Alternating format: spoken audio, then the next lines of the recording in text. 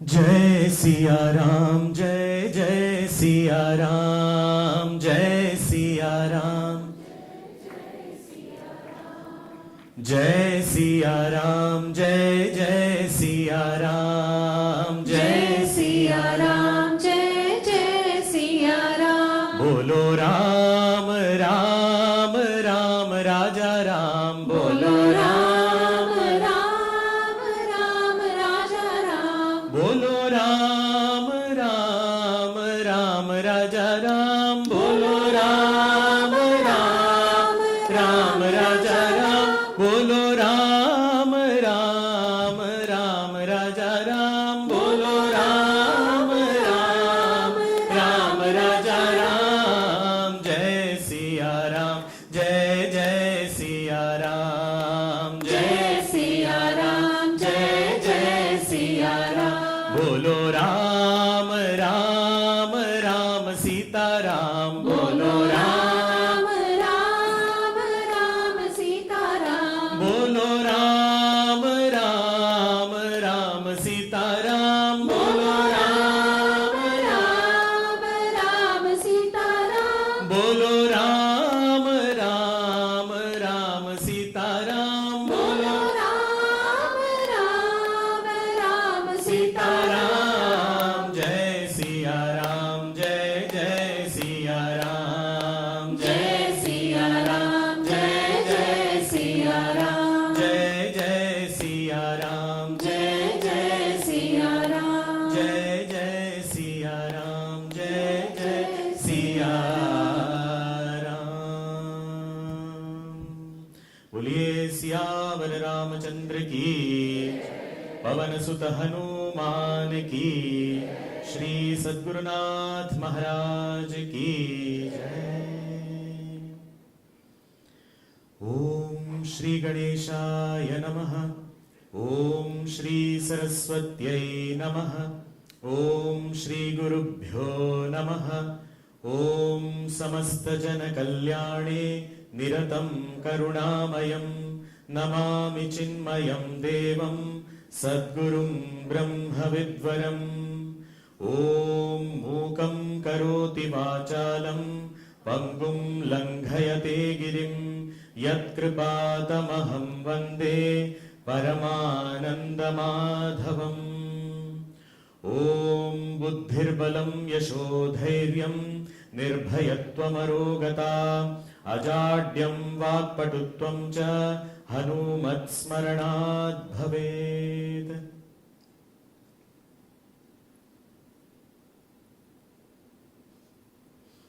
हरि ओम, नमस्कार, good evening. We all buy a lot of things. Whether it is online or physically going and buying something. Where do we go to buy? Yes, there are nowadays under one roof everything is available. On one site or app everything is available, but that also has sections. And according to the product that I want, I go to that specific section or place and then I get what I want. In life also, we need to know two things. One, what we want and where to get it from. We all constantly want something or the other, and we believe that desires are the motivators of life. And when scriptures talk about desirelessness, we often question, how is it possible? What then would be the motivator for me to act? So desires, yes, we have desires. But if we inquire a little bit, why do we have that particular desire? Why do I want that specific thing? When I think, I understand that I want it. Let us say I want money. Okay, when I want money, why do I want money? To buy things. Why do I want to buy things? To use them. Why do I want to use them?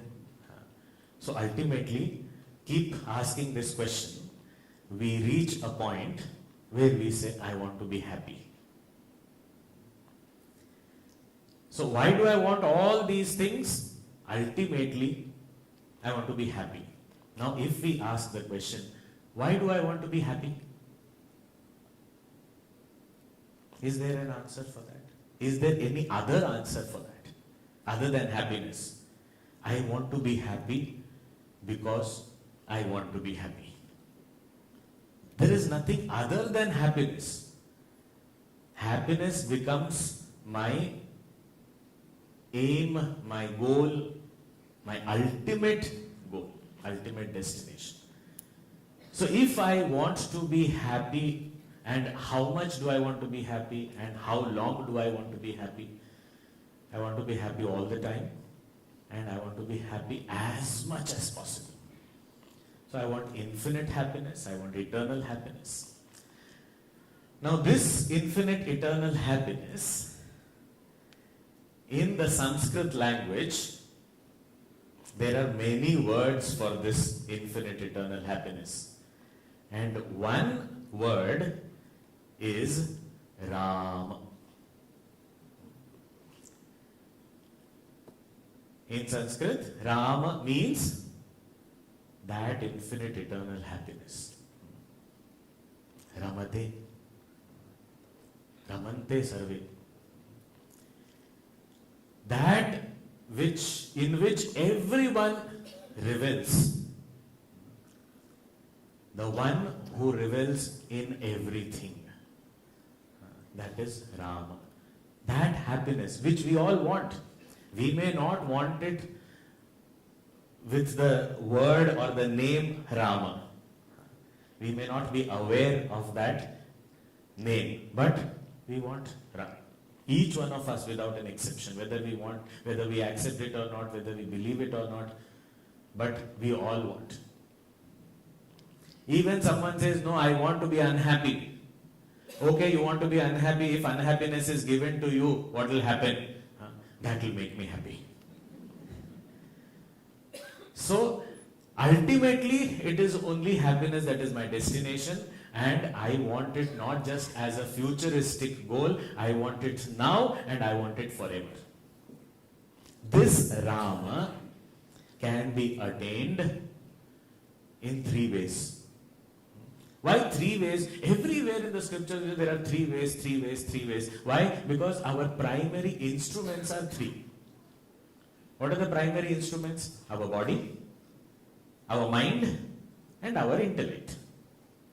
Puja Gurudev used to call them BMI. It's not body mass index, it is body, mind, intellect. This is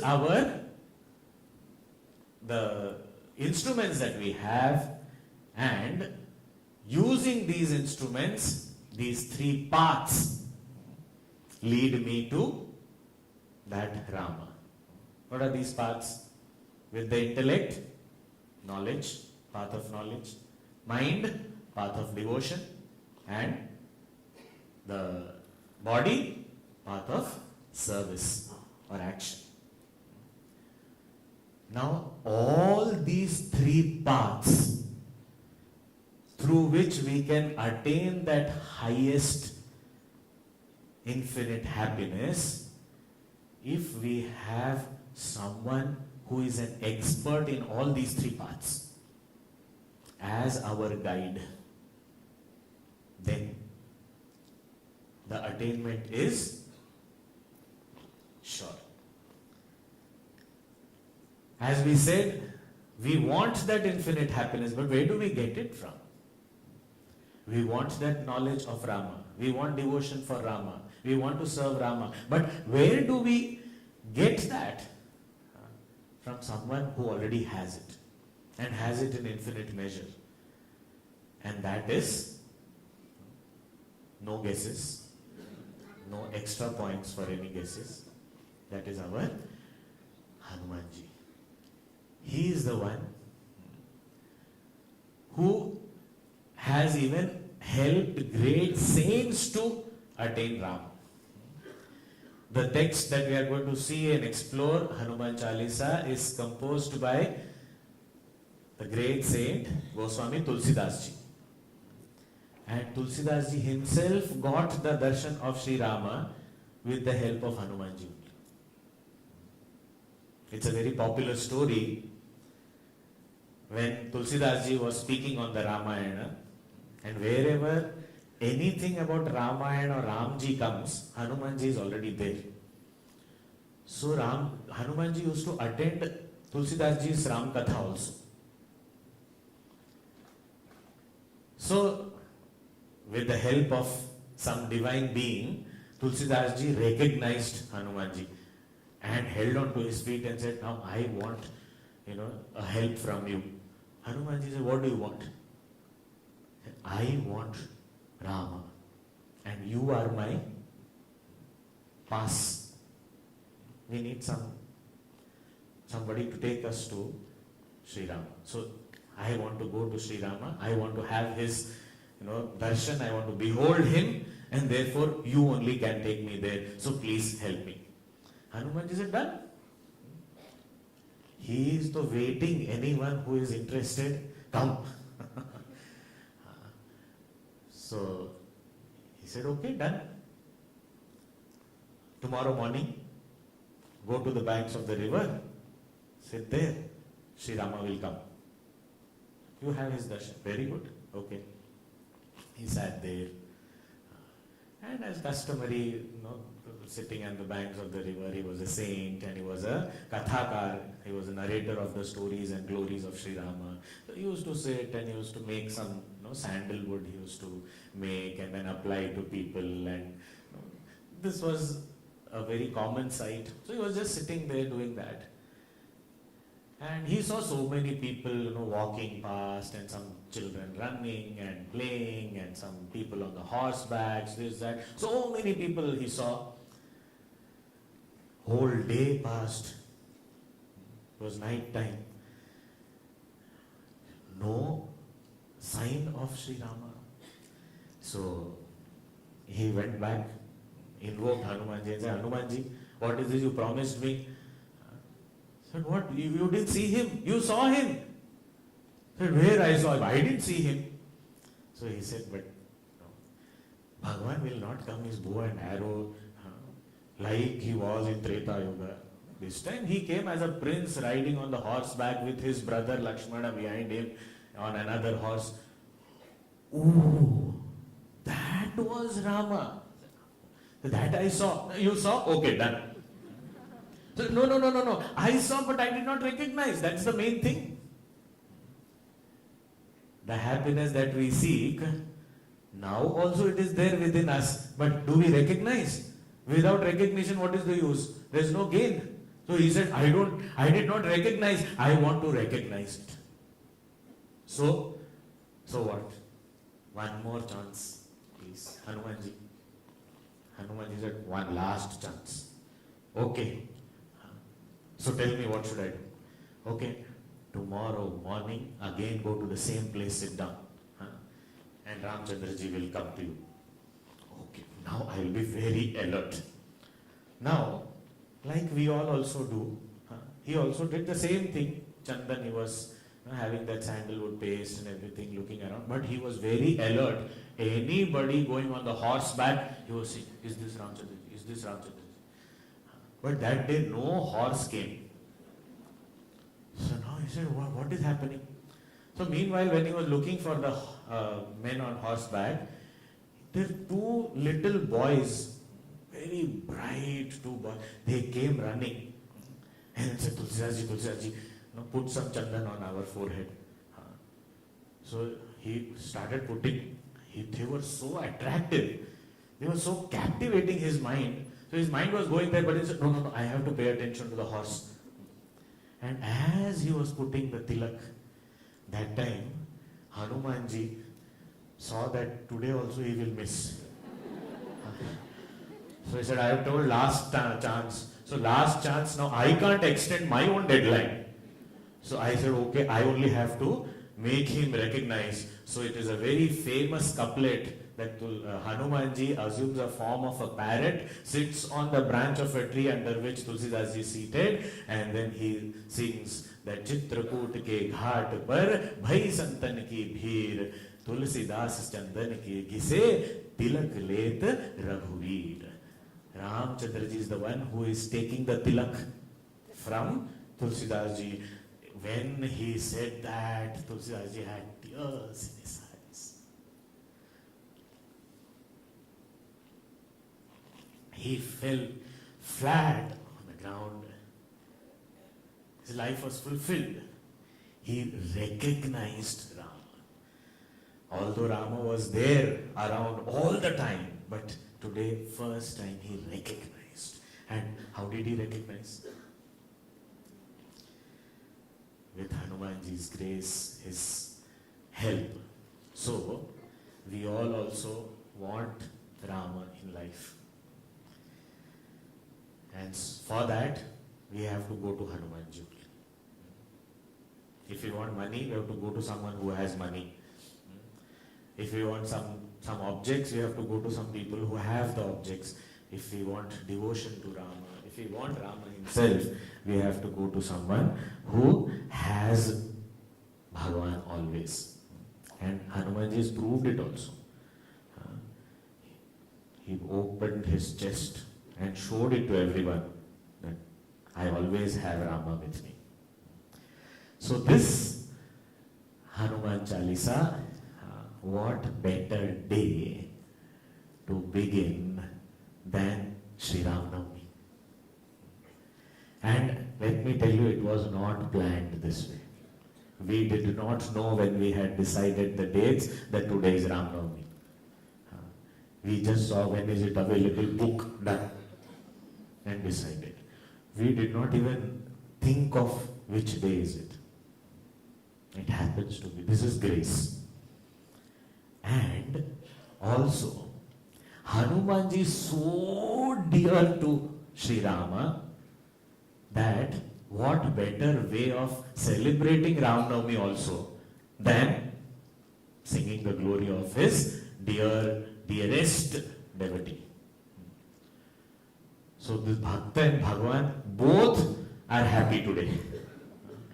And that's why Puja Guruji always says, Bhakta Bhagavan 2B or God Guru 2G. That is all we need. Their grace is there. We are safe, we are happy, we are successful. So this Hanuman Chalisa is 40 verses. Chalisa means 40 verses. Hanumanji on Hanumanji. This 40 number also, why 40 verses only? You could have rounded it off and made it 50 or 100. Why 40? 40 is a very powerful number. It's considered that if we are able to, consistently do something for 40 days, it becomes a habit. So many vratas are there. One famous vrata is Shabarimala. Anyone who wants to go to see Ayyappa in the traditional way, 40 days you have to do vrata. You have to follow certain strict rules. Then you go. So this 40 is a very special number. So these 40 verses, Hanumanji will become a part of us, our lives, forever. Anyway, Hanumanji is already a part of us. We will start recognizing his presence.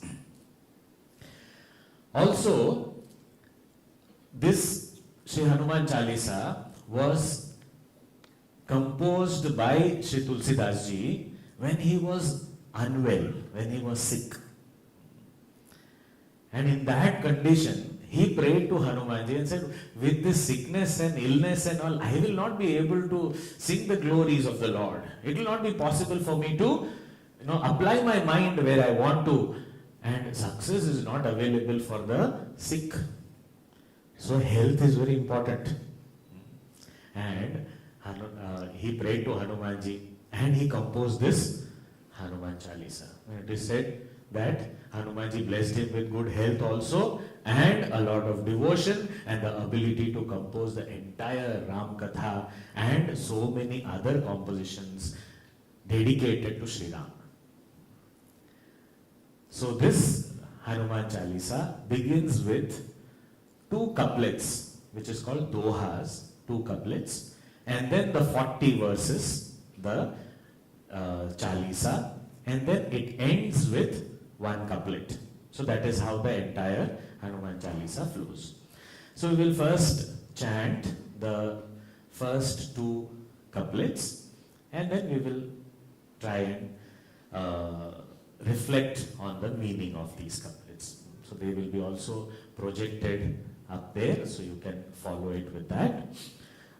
We will also be, there is a book with a commentary by Puja Guruji Swami Tejumayananji, which is also available in the bookstall outside. You can pick up a copy. It is a very beautiful, very lucid. You can see it's not a very thick book, not very scholarly explanation, very practical guideline to understand and internalize Hanuman Chalisa. So we shall chant the first couplet. We all can chant together? Yeah, we can chant together. Shri Guru Charana Saroja Raja Nija Mana Mukuru Sudhari Baranau Raghubar Bimala Jasu Jodayaku Bhalachari.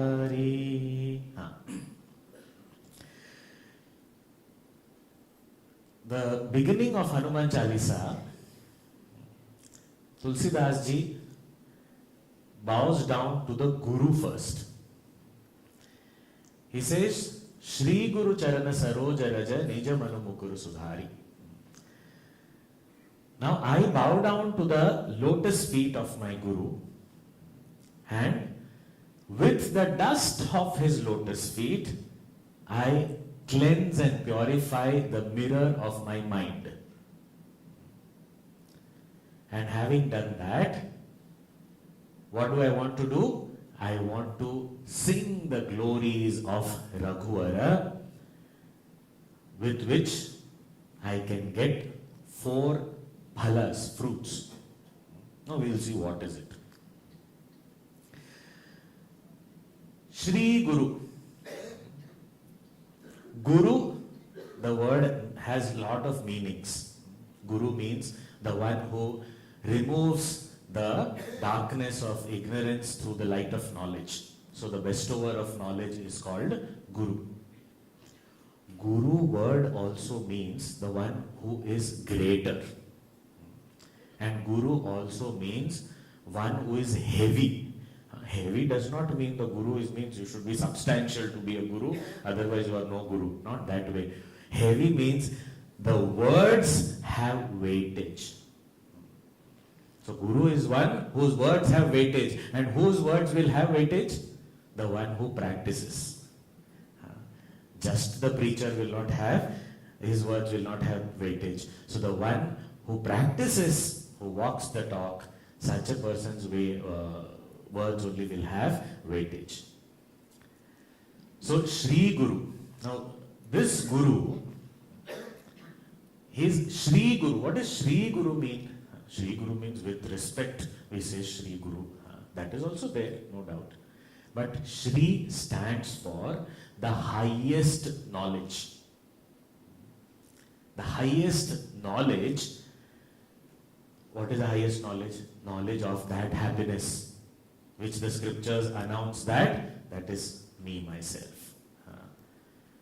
That Brahma Vidya, that is called Shri. In the Upanishads, it is referred to as Shri also. So Shri Guru means the one who is giving the greatest, highest knowledge. Such Shri Guru, his feet are compared to a lotus. Shri Guru Charana Saroja. Saroja means lotus. Now, we say, why Guru's feet are compared to lotus? In many places, even, Bhagwan's feet, Bhagwan's eyes, everything is compared to lotus. Especially feet, we say Charana Kamal, Pada Kamalam. So why this Charana Saroja, why this Guru's feet are compared to a lotus? One is, lotus grows, blossoms in slush, in water, but is untouched by it. Similarly, a guru lives in the world, but is never of the world, is not affected by the world. So that is why Charana Saroja. He is walking among us, but still he is unaffected by anything. This. So Shri Guru Charana Saroja. Another meaning of this lotus feet of the Guru is, when there is a lotus which is blossomed, it automatically attracts bees. And what do the bees do? They come onto the lotus and drink the nectar. So this Guru's feet, which Guru? Shri Guru, the one who is giving the highest knowledge, that Shri Guru's feet attracts all those people who want to get the nectar of wisdom, nectar of knowledge, nectar of devotion from the Guru.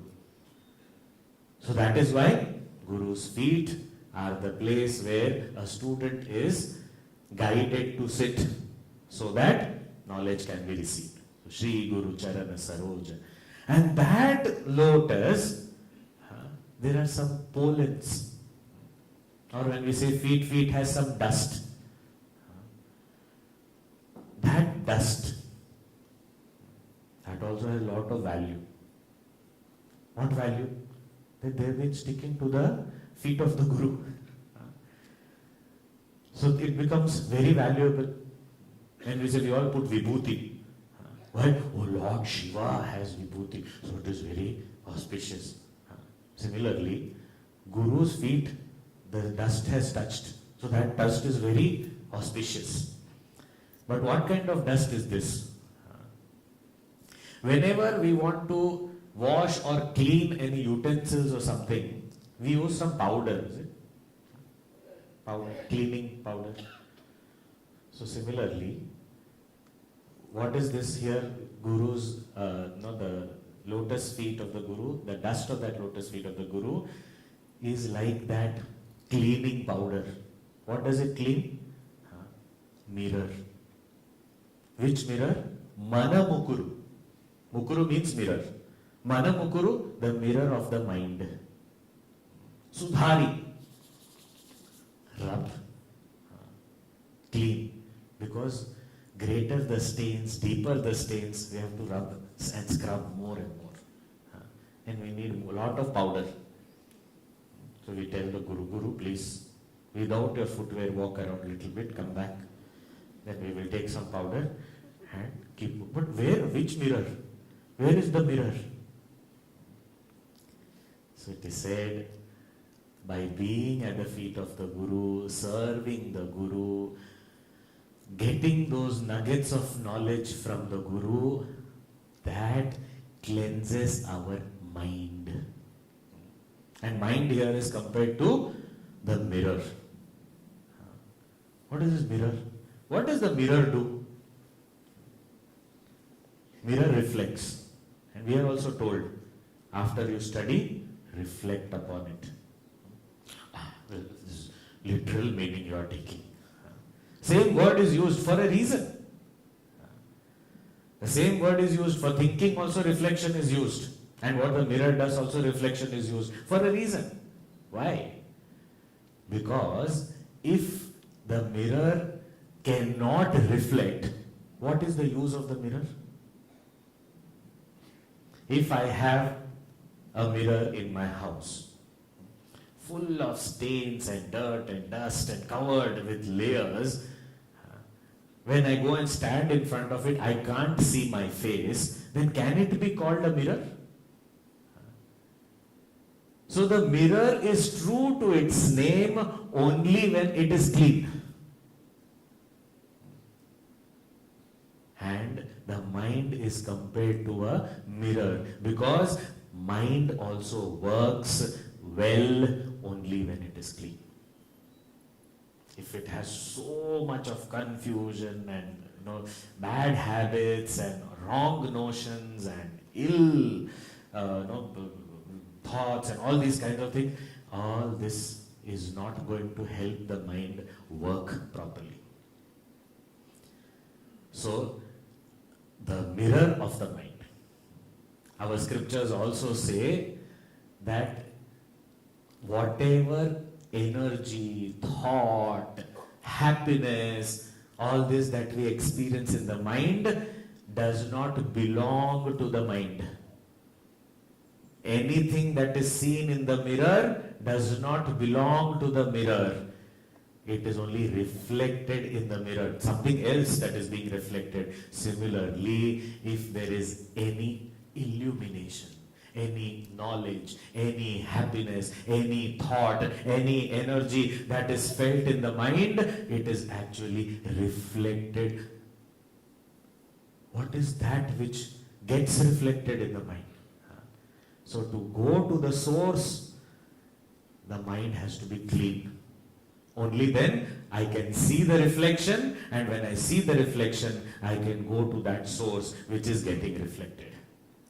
So therefore, it is very important for our mind mirror to remain clean. So therefore, here in the very beginning, Tulsidas says, Nija manu mukuru sudhari, having cleansed my mind, having purified my mind with this grace of Shri Guru.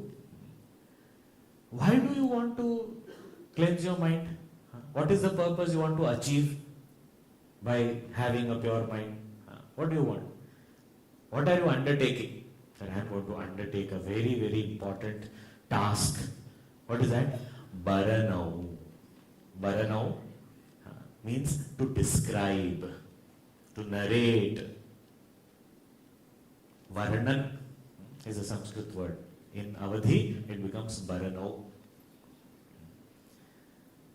So this dialect, Avadhi, makes the words which are very sometimes difficult to pronounce easier. Baranau, easy. Varanan, little difficult. So, Baranau, I want to describe. We all know describing anything is so difficult. If we are given, okay, eat this banana. Okay, I ate. Now describe. How was it? Describe the taste. We may have such rich vocabulary in any language, but description of that is very difficult. Something that is so very gross, something that we are experiencing through our senses, we are not able to describe. We say banana is sweet. Okay, sweet means sweet like sugar? No. Okay, sweet like a mango? No. Then what sweet means what? Now where do we get words for that? Very difficult. Now what to talk of something which is even greater and beyond words? Why? What is this? Bimala Jasu. Yasha. Glories. What kind of glories? Vimala. They are pure glories, pristine glories. Of whom? Raghuvara. Of Raghuvara. Raghu was a great king in the Solar dynasty, and in that dynasty, the best among them is called Raghuvara. So Raghuvara generally is used for Sri Rama. But here, in Hanuman Chalisa, why are you saying I want to describe the glories of Sri Rama? So here Raghuvara stands for both Sri Rama and Hanumanji. How? One is the best among the Raghu dynasty is Sri Rama, we know. And for any sevaka, any bhakta, any servant or any devotee of the Lord, that their own glory is actually the glory of the Lord only. So they don't take it upon themselves. So here, even if we sing the glories of Hanumanji, it is actually glories of Shri Rama only. In that way, Raghuvara indicates Rama. Or, we will see in the Hanuman Chalisa also, Ramchandra ji loves Hanumanji and accepts him as his own son. In the Ramayana we find that Ramchandra ji addresses Hanumanji as, oh dear son, you got this valuable message from Sita. I am ever indebted to you. So, as son of Sri Rama, he has become Raghu dynasty, belongs to Raghu dynasty. So then, he also is Raghuvara. So, Bharano, Raghubara, Bimala Jasu. And if these glories are so pure, how can I sing with an impure mind?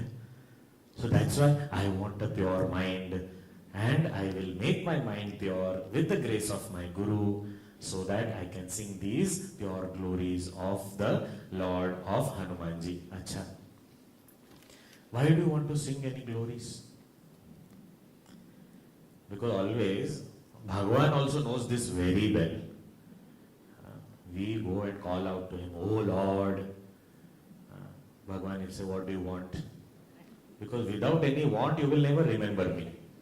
Either you are in trouble, you want to get out of it, or you want something, you are not able to get it, so you want my help. Or maybe you want something to know, curiosity, so you called me. Otherwise, when you are happy, you never remember me. Bhagavan knows this very well. So he is not in any illusion. So Bhagavan says, okay. And Bhagavan means, when I say Bhagavan, Guru. So here Guru, Shri Guru Charana Saroja, we are invoking the grace of the Guru and saying that my mind should be pure so that I can describe the glories of the Lord. Okay. Why? What do you want? Why do you want to sing the glories of the Lord? It says, Jo Dayaku Phalachari.